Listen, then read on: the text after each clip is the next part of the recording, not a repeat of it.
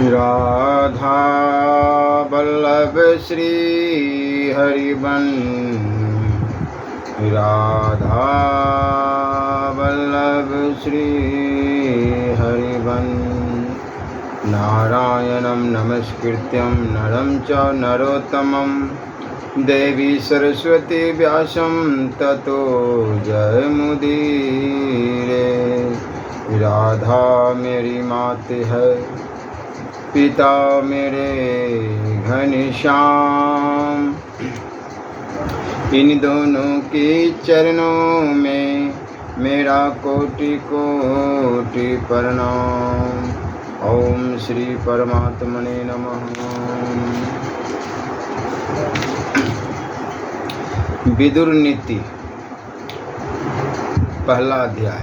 महाराज धृतराष्ट्र श्रेष्ठ लक्षणों से संपन्न राजा युधिष्ठिर, विदुर जी बोल रहे हैं, तीनों लोकों के स्वामी हो सकते हैं। कोई आपके आज्ञाकारी थे, पर आपने उन्हें वन में भेज दिया। आप धर्मात्मा और धर्म के जानकार होते हुए भी आंखों से अंधे होने के कारण उन्हें पहचान न सके।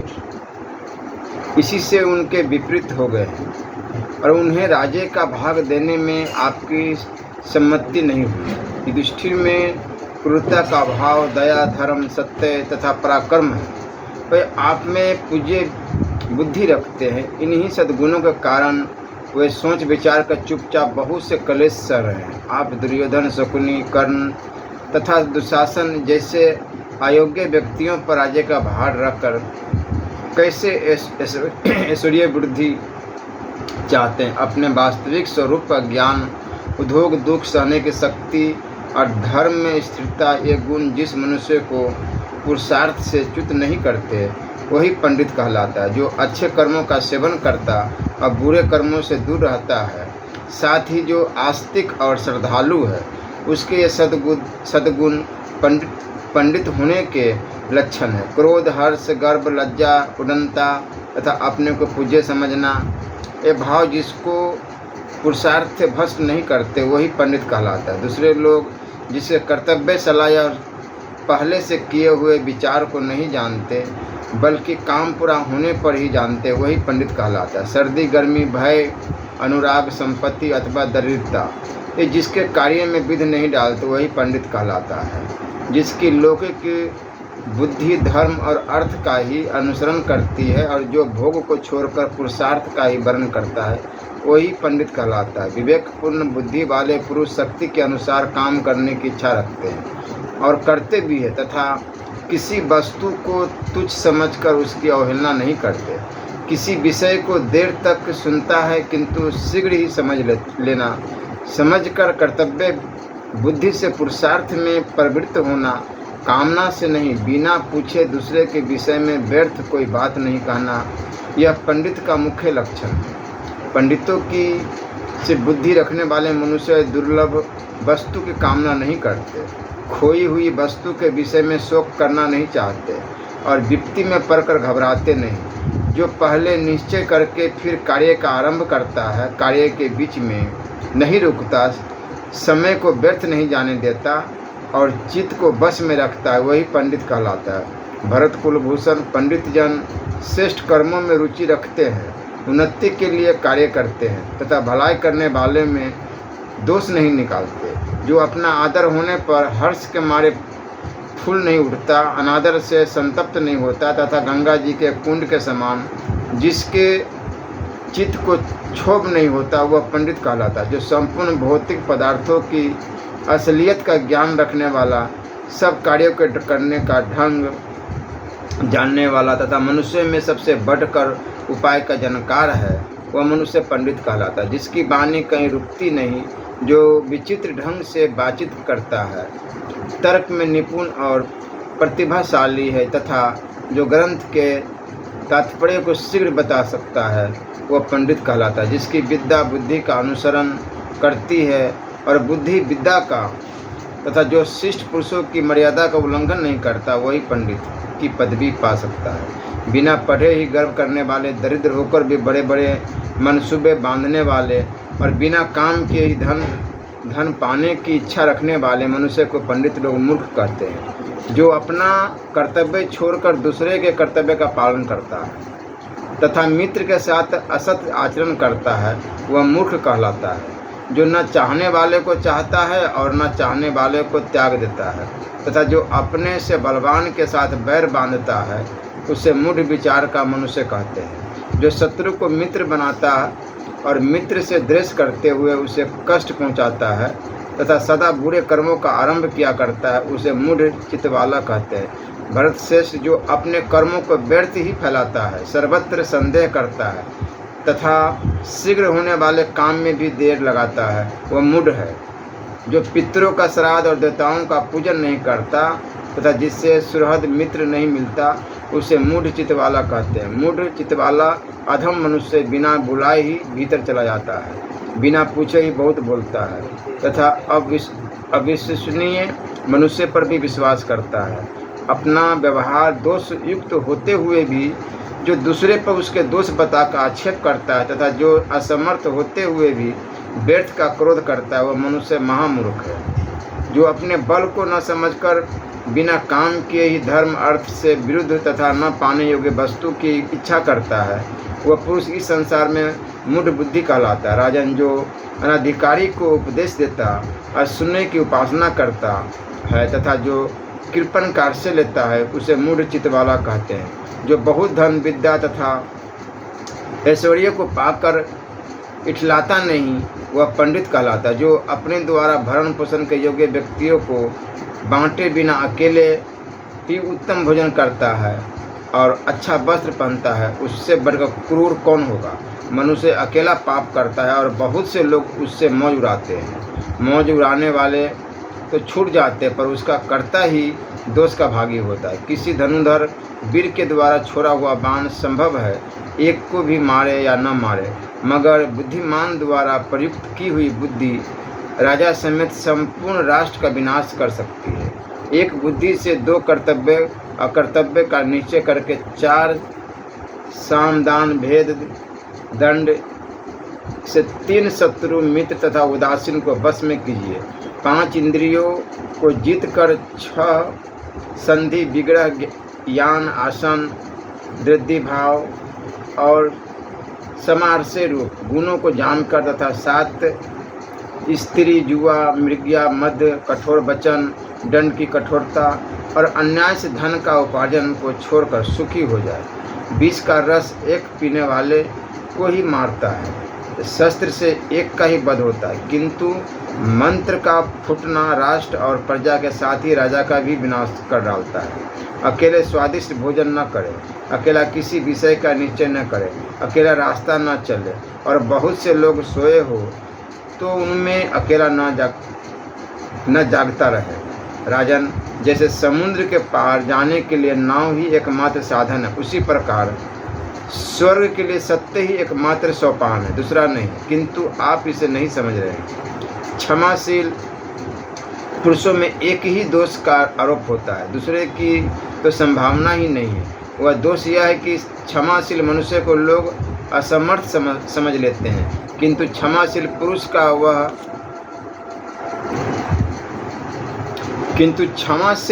का वह दोष नहीं मानना चाहिए, क्योंकि क्षमा बहुत बड़ा बल है। क्षमा असमर्थ मनुष्य का गुण तथा समर्थों का भूषण है। इस जगत में क्षमा वशीकरण रूप है। भला क्षमा से क्या नहीं सिद्ध होता। जिसके हाथ में शांति रूपी तलवार है उसका दुष्ट पुरुष क्या कर लेंगे। तुरुन रहित स्थान में गिरी हुई आग अपने आप बुझ जाती है। क्षमाहीन पुरुष अपने को तथा दूसरे को भी दोष का भागी बना लेता है। केवल धर्म ही परम कल्याणकारक है। एकमात्र क्षमा ही शांति का सर्वश्रेष्ठ उपाय, एक विद्या ही परम संतोष देने वाली है और एकमात्र अहिंसा ही सुख देने वाली है। बिल में रहने वाले मेढक आदि जीवों को जैसे सांप खा जाता है, उसी प्रकार यह पृथ्वी शत्रु से विरोध न करने वाले राजा और प्रदेश सेवन न करने वाले ब्राह्मण, इन दोनों को खा जाती है। जरा भी कठोर न बोलना और दुष्ट पुरुषों का आदर न करना, इन 2 कर्मों को करने वाला मनुष्य इस लोक में विशेष शोभा पाता है। दूसरी स्त्री द्वारा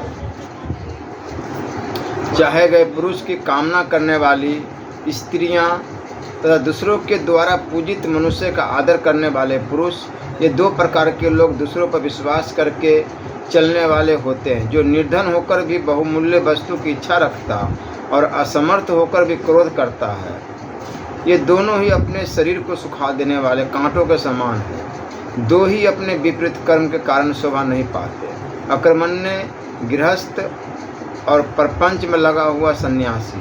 राजन, ये दो प्रकार के पुरुष स्वर्ग के भी ऊपर स्थान पाते हैं। शक्तिशाली होने पर भी क्षमा करने वाला और निर्धन होने पर भी दान देने वाला। न्यायपूर्वक उपार्जित किए हुए धन के दो ही उपयोग समझने चाहिए, अपात्र को देना और सत्य पात्र को न देना।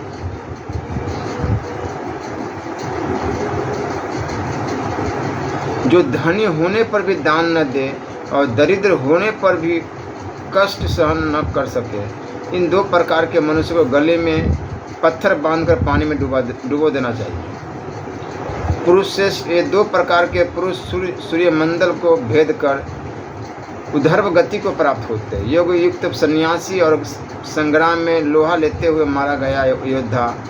भरत श्रेष्ठ, मनुष्य की कार्य सिद्धि के लिए उत्तम, मध्यम और अधम, ये तीन प्रकार के उपाय सुने जाते हैं। ऐसा वेद वेता विधान जानते हैं। राजन, उत्तम, मध्यम और अधम, ये तीन प्रकार के पुरुष होते हैं। इनको यथा योग्य तीन ही प्रकार के कर्मों में लगाना चाहिए। राजन, तीन ही धन के अधिकारी नहीं माने जाते, स्त्री, पुत्र तथा दास। ये जो कुछ कमाते हैं वह धन उसी का होता है।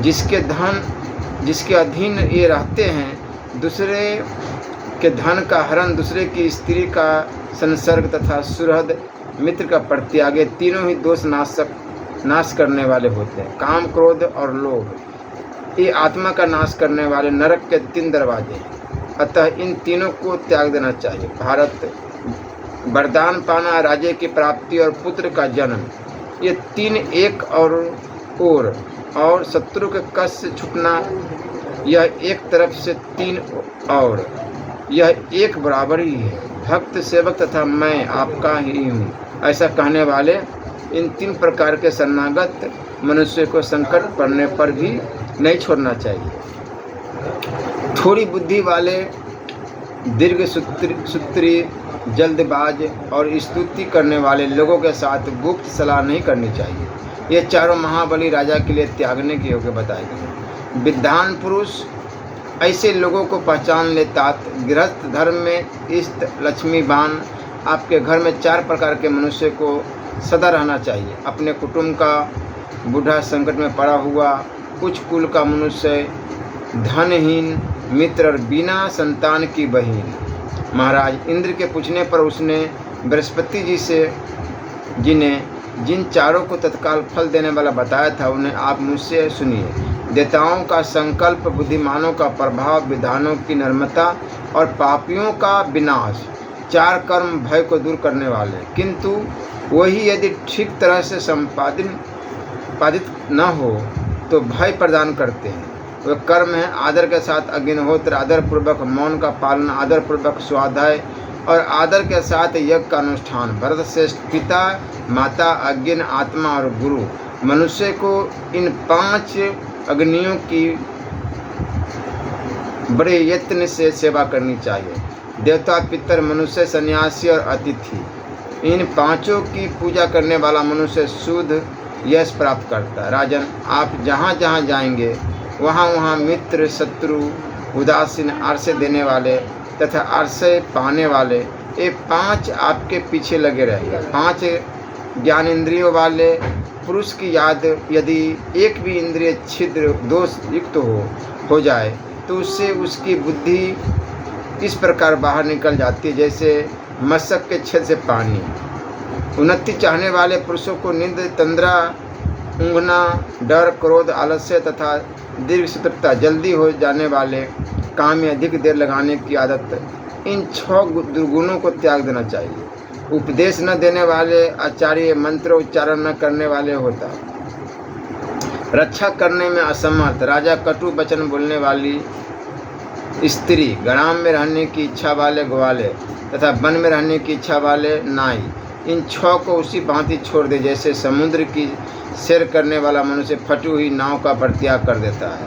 मनुष्य को कभी भी सत्य, दान, कर्मण्यता, अनसूया, गुणों में दोष दिखाने की प्रवृत्ति का अभाव, क्षमा तथा धैर्य, इन 6 गुणों का त्याग नहीं करना चाहिए। धन की आय, नित्य निरोग रहना, स्त्री का अनुकूल तथा प्रिय वादिनी होना, पुत्र का आज्ञा के अंदर रहना तथा धन पैदा करने वाली विद्या का ज्ञान, ये 6 बातें इस मनुष्य लोक में सुखदायिनी होती है। मन में नित्य रहने वाले 6 शत्रु, काम, क्रोध, लोभ, मोह, मद तथा मत्सर को जो बस में कर लेता है, वह जितेंद्रिय पुरुष पापों से ही लिप्त नहीं होता। फिर उनसे उत्पन्न होने वाले अनर्थों की तो बात ही क्या है। 6 प्रकार के मनुष्य 6 प्रकार के लोगों से अपनी जीविका चलाते हैं। सात्विक की उपलब्धि नहीं होती। चोर, असावधान पुरुष से, वैद्य रोगी से, मतवाली स्त्रियां कामियों से, पुरोहित यजमानों से, राजा झगड़ने वालों से तथा विद्वान पुरुष मूर्खों से अपनी जीविका चलाते हैं। क्षण भर भी देख रेख न करने से जो गौ सेवा, खेती, स्त्री, विद्या तथा शूद्रों से मेल, ये 6 चीज़ें नष्ट हो जाती है। ये 6 सदा अपने पूर्व उपकारी का अनादर करते हैं। शिक्षा समाप्त हो जाने पर शिष्य, आचार्य का, विवाहित बेटे माता का, काम वासना की शांति हो जाने पर मनुष्य, स्त्री का कृत्य कार्य पुरुष, सहायक का, नदी की दुर्गम धारा पार कर लेने वाले पुरुष नाव का तथा रोगी पुरुष रोग छूटने के बाद वैद्य का तिरस्कार कर देते हैं। निरोग रहना, ऋणी न होना, परदेश में न रहना, अच्छे लोगों के साथ मेल होना, अपनी वृत्ति से जीविका चलाना और निडर होकर रहना। राजन, ये 6 मनुष्य लोक के सुख है। ईर्ष्या करने वाला, घृणा करने वाला, असंतोषी, क्रोधी, सदा शंकित रहने वाला और दूसरे के भाग्य पर जीवन निर्वाह करने वाला, ये 6 सदा दुखी रहते हैं। स्त्री विषयक आसक्ति, जुआ, शिकार, मदपान, वचन की कठोरता, अत्यंत कठोर दंड देना और धन का दुरुपयोग करना, ये 7 दुखदायी दोष राजा को सदा त्याग देने चाहिए। इनसे ढूंढ मूल राजा भी प्राय नष्ट हो जाते हैं। विनाश के मुख में पड़ने वाले मनुष्य के 8 पूर्व चिन्ह। प्रथम तो वह ब्राह्मणों से द्वेष करता है, फिर उनके विरोध का पात्र बनता है, ब्राह्मणों का धन हड़प लेता है, उनको मारना चाहता है, ब्राह्मणों की निंदा में आनंद मानता है, उनकी प्रशंसा सुनना नहीं चाहता, यज्ञ आदि में उनका स्मरण नहीं करता तथा कुछ मांगने पर उनमें दोष निकालने लगता है। इन सब दोषों को बुद्धिमान मनुष्य समझे और समझ कर त्याग दे। भारत, मित्रों से समागम, अधिक धन की प्राप्ति, पुत्र का आलिंगन, मैथुन में प्रवृत्ति, समय पर प्रिय वचन बोलना, अपने वर्ग के लोगों में उन्नति, अभीष्ट वस्तु की प्राप्ति और जन समाज में सम्मान, ये 8 हर्ष के सार दिखाई देते हैं और यही अपने लौकिक सुख के भी साधन होते हैं। बुद्धि कुलीनता, इंद्रिय निग्रह, शास्त्र ज्ञान, पराक्रम, अधिक न बोलना, शक्ति के अनुसार दान और कृतज्ञता, ये 8 गुण पुरुषों की ख्याति बढ़ा देते हैं। जो विधान पुरुष आँख, कान आदि 9 दरवाजे वाले, 3 बात पीत तथा कफ रूपी खंभों वाले, 5 ज्ञानेंद्रिय रूप साक्षी वाले, आत्मा के निवास स्थान, इस शरीर रूपी गिरह को जानता है, वह बहुत बड़ा ज्ञानी है। महाराज धृतराष्ट्र, 10 प्रकार के लोग धर्म को नहीं जानते, उनके नाम सुनिए। नशे में मतवाला, असावधान, पागल, थका हुआ, क्रोधी, भूखा, जल्दबाज, लोभी, भयभीत और कामी, ये 10 है। अतः इन सब लोगों में विधान पुरुष आसक्ति न बढ़ा दे। इसी विषय में असुरों के राजा प्रहलाद ने सुधन्वा के साथ अपने पुत्र के प्रति कुछ उपदेश दिया था। नीतिज्ञ लोग उस पुराने इतिहास का उदाहरण देते हैं जो राजा काम और क्रोध का त्याग करता है और सुपात्र को धन देता है, विशेषज्ञ है, शास्त्रों ज्ञाता और कर्तव्य को शीघ्र पूरा करने वाला, उससे सब लोग प्रमाण मानते हैं। जो मनुष्य में विश्वास उत्पन्न करना चाहता है, जिनका अपराध प्रमाणित हो गया है, उन्हीं को दंड देता है। जो दंड देने की न्यूनाधिक मात्रा तथा क्षमा का उपयोग जानता है, उस राजा की सेवा में संपूर्ण संपत्ति चली जाती है। जो किसी दुर्बल का अपमान नहीं करता तथा सावधान रहकर शत्रु के साथ बुद्धिपूर्वक व्यवहार करता है, बलवानों के साथ युद्ध पसंद नहीं करता तथा समय आने पर पराक्रम दिखाता है, वही धीर है।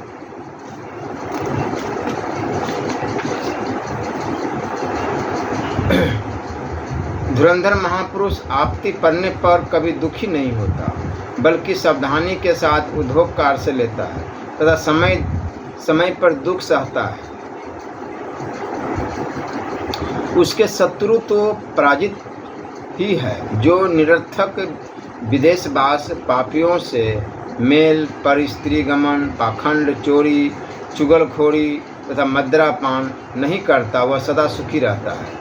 जो क्रोध या उतावली के साथ कर्म, धर्म, अर्थ तथा काम का आरंभ नहीं करता, पूछने पर यथार्थ बात ही बतलाता है, मित्र के लिए झगड़ा नहीं पसंद करता या आदर न कर पाने पर क्रोध नहीं होता, विवेक नहीं खो बैठता, दूसरों के दोष नहीं देखता,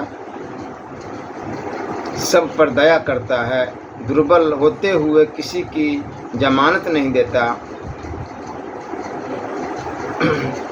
बढ़कर नहीं बोलता तथा विवाद को सह लेता है। ऐसा मनुष्य सब जगह प्रशंसा पाता है। जो कभी उद्दंड का सा भेष नहीं बनाता, दूसरों के सामने अपने पराक्रम की भी डींग नहीं हाँकता, क्रोध से व्याकुल होने पर भी कटु वचन नहीं बोलता, उस मनुष्य को लोग सदा ही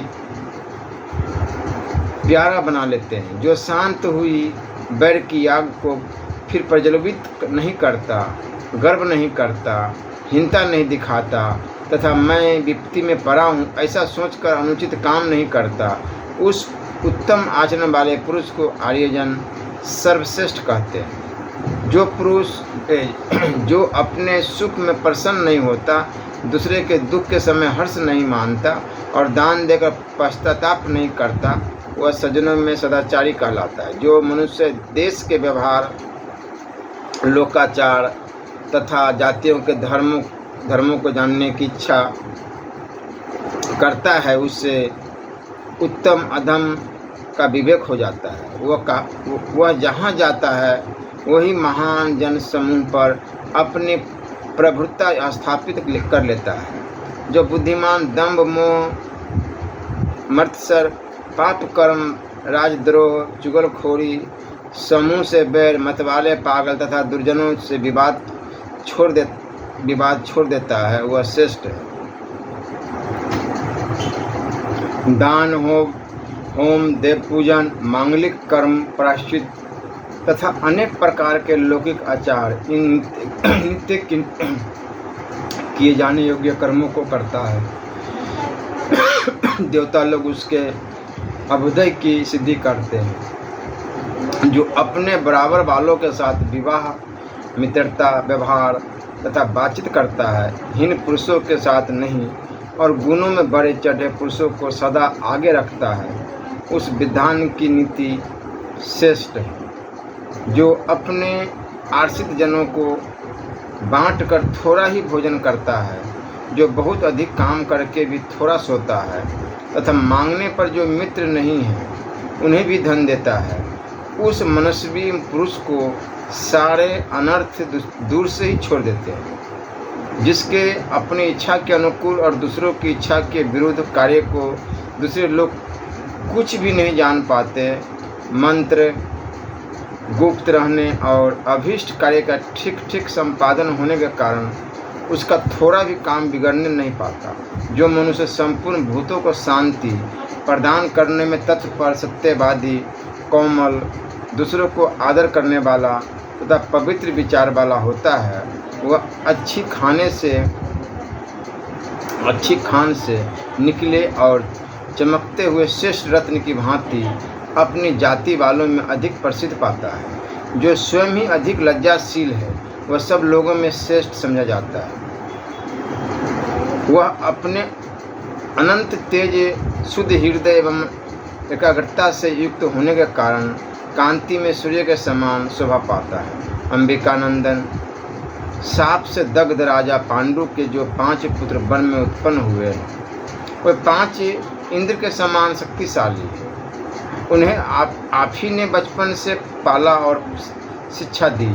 वे भी सदा आपकी आज्ञा का पालन करते रहते हैं। तात उन्हें उनका न्यायोचित राज्य भाग देकर आप अपने पुत्रों के साथ आनंद भोगिए। नरेंद्र, ऐसा करने पर आप देवता तथा मनुष्य की टिप्पणी के विषय नहीं रह पाएंगे।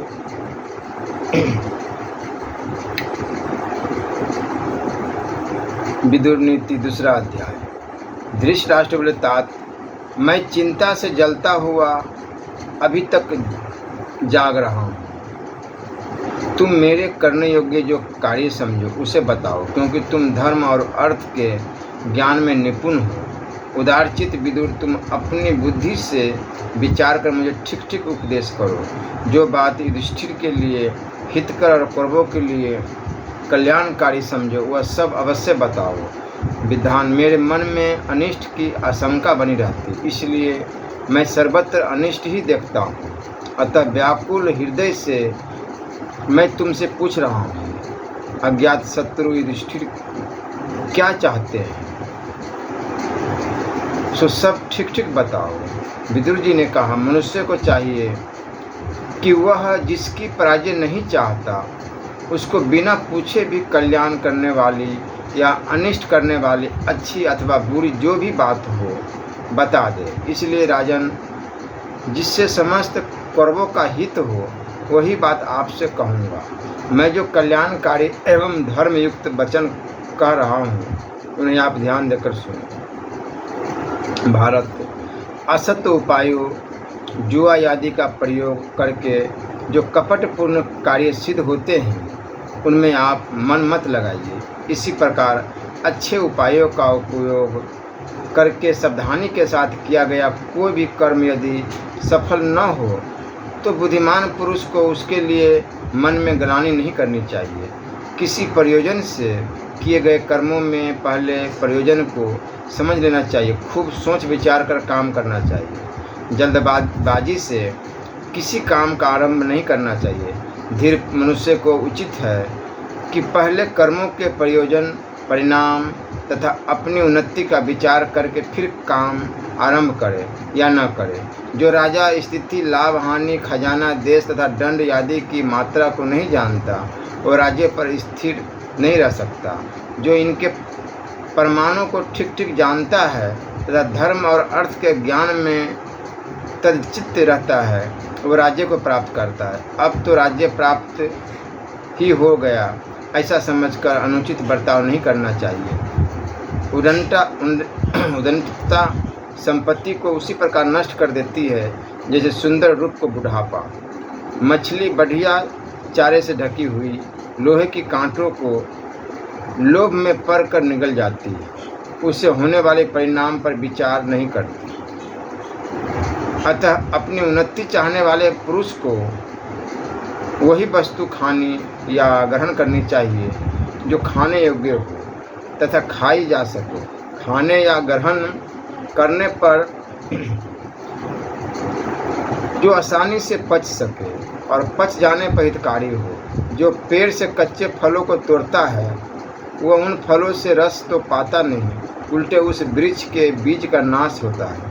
परंतु जो समय पर पके हुए फल को ग्रहण करता है वह फल से रस पाता है और उस बीज से पुनः फल प्राप्त करता है। जैसे भौरा फूलों की रक्षा करता हुआ ही उनके मधु का आस्वादन करता है, उसी प्रकार राजा भी प्रजाजनों को कष्ट दिए बिना ही उनसे धन ले। जैसे माली बगीचे में एक एक फूल तोड़ता है, उसकी जड़ नहीं काटता, उसी प्रकार राजा प्रजा की रक्षा पूर्वक उनसे कर ले। कोयला बनाने वाले की तरह जड़ नहीं काटनी चाहिए। इसे करने से मेरा क्या लाभ होगा और न करने से क्या हानि होगी। इस प्रकार कर्मों के विषय में भली भांति विचार करके फिर मनुष्य को करे या न करे, कुछ ऐसे व्यर्थ कार्य हैं जो नित्य अप्राप्त होने के कारण आरंभ करने योग्य नहीं होते, क्योंकि उनके लिए किया हुआ पुरुषार्थ भी व्यर्थ हो जाता है। जिसकी प्रसन्नता का कोई फल नहीं और क्रोध भी व्यर्थ है, उसको प्रजा स्वामी बनाना नहीं चाहिए। जैसे स्त्री नपुंसक को पति नहीं बनाना चाहती, जिनका मूल साधन छोटा और फल महान हो, बुद्धिमान पुरुष उनको शीघ्र ही आरंभ कर देता है। वैसे कामों में वह विघ्न नहीं आने देता।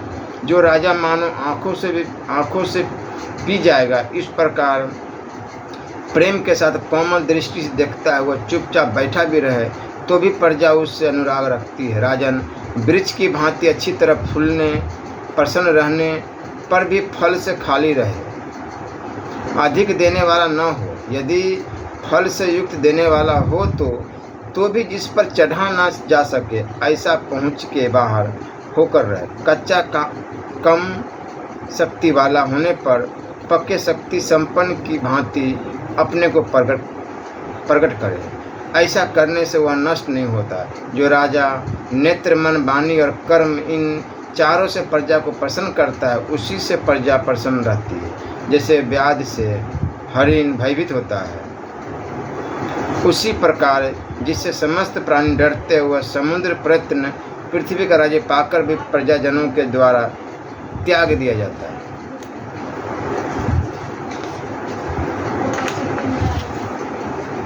अन्याय में इष्ट हुआ राजा बाप दादों का राज्य पाकर भी अपने ही कर्मों से उसे इस तरह भ्रष्ट कर देता है जैसे हवा बादल को छीन भिन्न कर देती है। परंपरा से सज्जन पुरुषों द्वारा किए हुए धर्म का आचरण करने वाले राजा के राज्य की पृथ्वी धान्य से पूर्ण होकर उन्नति को प्राप्त होती है और उसके ऐश्वर्य को बढ़ाती है। जो राजा धर्म छोड़कर अधर्म का अनुष्ठान करता है, उसकी राज्य भूमि आग पर रखे हुए चमड़े की भांति संकुचित हो जाती है। जो यत्न करके राष्ट्र का नाश करने के लिए किया जाता है, वही अपने राज्य की रक्षा के लिए करना उचित है। धर्म से ही राज्य प्राप्त करे और धर्म से ही उसका रक्षा करे, क्योंकि धर्म मूलक राज्य लक्ष्मी को पाकर न तो राजा उसे छोड़ता है और न वही राजा को छोड़ती है। निरर्थक बोलने वाले पागल तथा बकवाद करने वाले बच्चे से भी सब ओर से उसी भांति तत्व की बात ग्रहण करनी चाहिए। जैसे पत्थरों में से सोना ले लिया जाता है,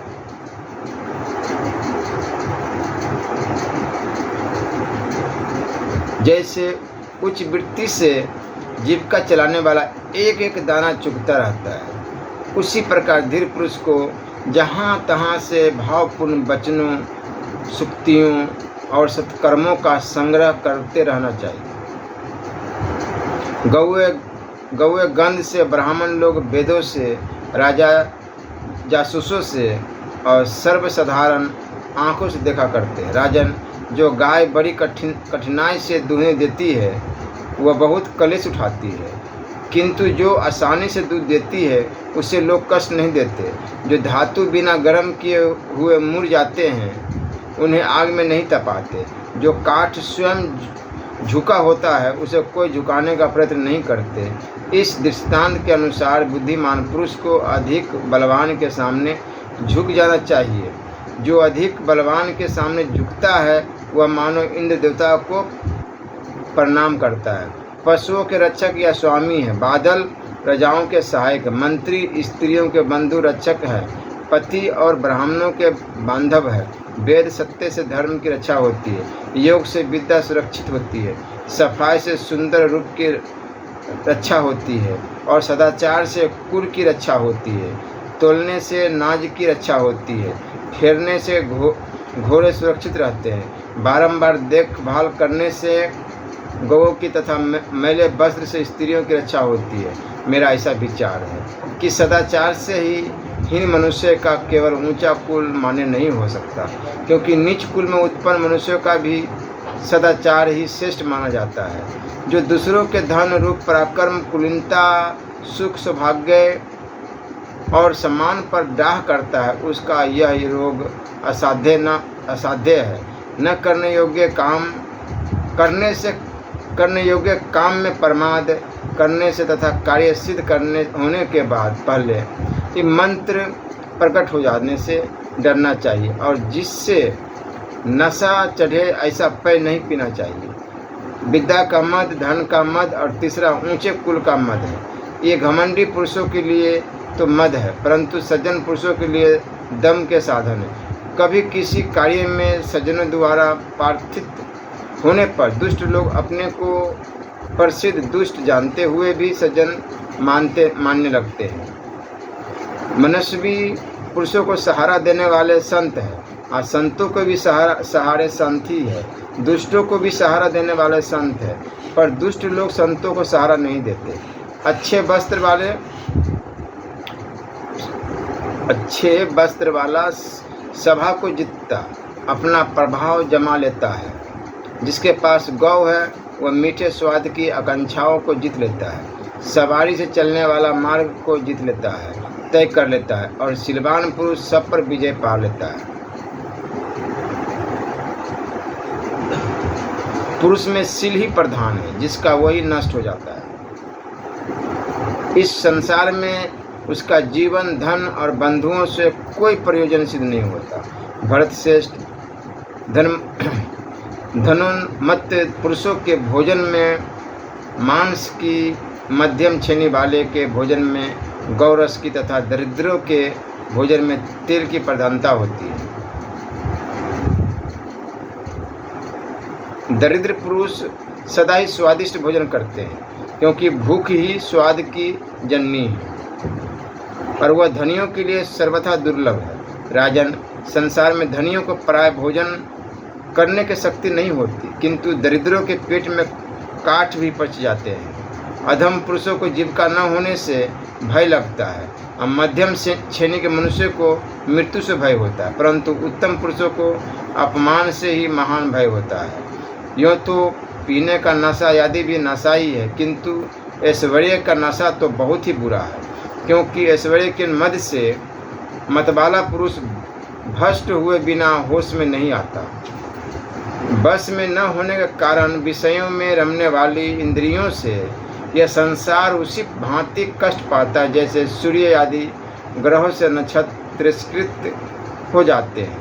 जो जीवों को बस में करने वाली सहज 5 इंद्रियों से जीत लिया गया, उसकी आपत्तियां शुक्ल पक्ष के चंद्रमा की भांति बढ़ती है। इंद्रियों सहित मन को जीते बिना ही जो मंत्रियों को जीतने की इच्छा करता है, या मंत्रियों को अपने अधीन किए बिना शत्रु को जीतना चाहता है, उस अजितेंद्रिय पुरुष को सब लोग त्याग देते हैं। जो पहले इंद्रियों सहित मन को ही शत्रु समझकर जीत लेता है, उसके बाद यदि वह मंत्रियों को तथा शत्रुओं को जीतने की इच्छा करे तो उससे सफलता मिलती है। इंद्रियों तथा मन को जीतने वाले, अपराधियों को दंड देने वाले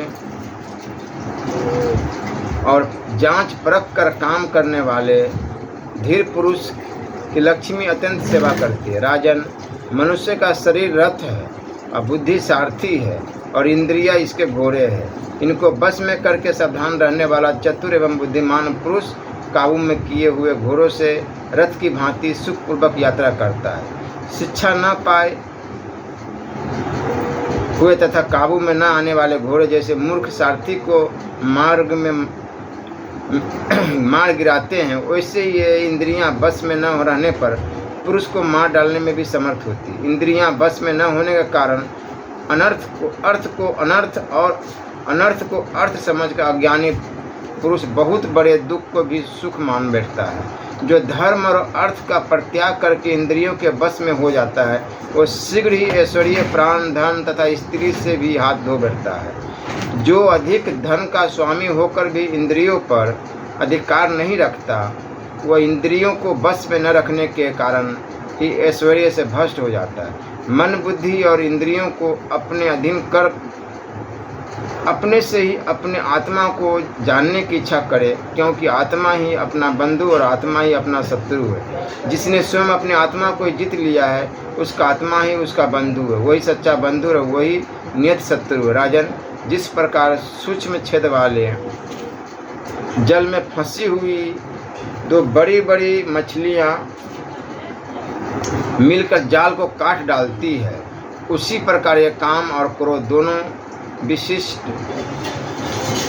ज्ञान को लुप्त कर देते हैं। जो इस जगत में धर्म तथा अर्थ का विचार कर विजय साधन सामग्री का संग्रह करता है, वही इस सामग्री से युक्त होने के कारण सदा सुखपूर्वक समृद्धिशाली होता रहता है। जो चित्त के विकारभूत 5 इंद्रिय रूपी भीतरी शत्रुओं को जीते बिना ही दूसरे शत्रुओं को जीतना चाहता है, उसे शत्रु पराजित कर देते हैं। इंद्रियों पर अधिकार न होने के कारण बड़े बड़े साधु भी कर्मों से तथा राजा लोग राज्य के भोग विलासों से बंधे रहते हैं। दुष्टों का त्याग न करके उनके साथ मिले रहने से निअपराध सज्जन भी समान ही दंड पाते हैं। जैसे सूखी लकड़ी में मिल जाने से गीली भी जल जाती है, इसलिए दुष्ट पुरुषों का साथ कभी मेल न करें।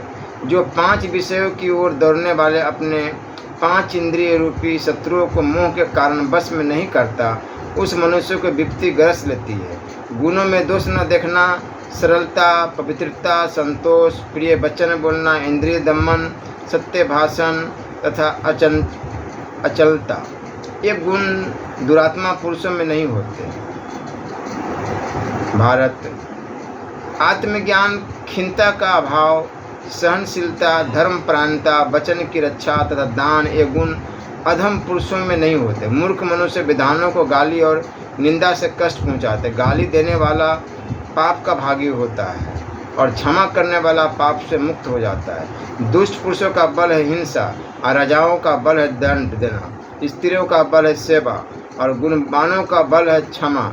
राजन, वाणी का पूर्ण संयम तो बहुत कठिन माना ही गया है, परंतु विशेष अर्थयुक्त और चमत्कारपूर्ण वाणी भी अधिक नहीं बोली जा सकती। राजन, मधुर शब्दों में कही हुई बात अनेक प्रकार से कल्याण करती, किंतु वही यदि कटु शब्दों में कही जाए तो महान अनर्थ का कारण बन जाती है। बाणों से बिंधा हुआ तथा फरसे से कटा हुआ वन भी पनप जाता है, किंतु कटु वचन कहकर वाणी से किया हुआ भयानक घाव नहीं भरता। करनी, नालिक और नराज नामक बाणों को शरीर से निकाल सकते हैं,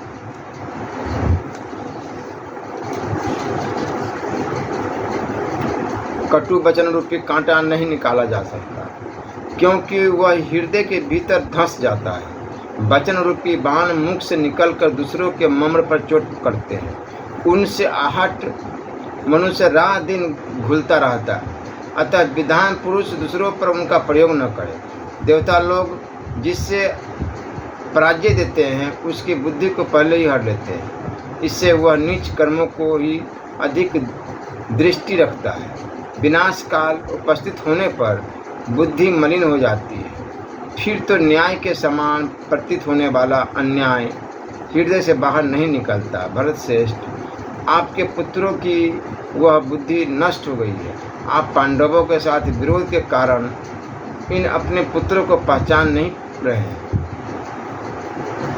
महाराज धृतराष्ट्र, जो राजलक्षणों से संपन्न होने के कारण त्रिभुवन का भी राजा हो सकता है, वह आपका आज्ञाकारी युधिष्ठिर ही इस पृथ्वी का शासक होने योग्य है। वह धर्म तथा अर्थ के तत्व को जानने वाला, तेज और बुद्धि से युक्त, पूर्ण सौभाग्यशाली तथा आपके सभी पुत्रों से बढ़ चढ़कर है। राजेंद्र, धर्मधारियों में श्रेष्ठ युधिष्ठिर दया, सौम्य भाव तथा आपके लिहाज के कारण अनेकों कष्ट सह रहा है।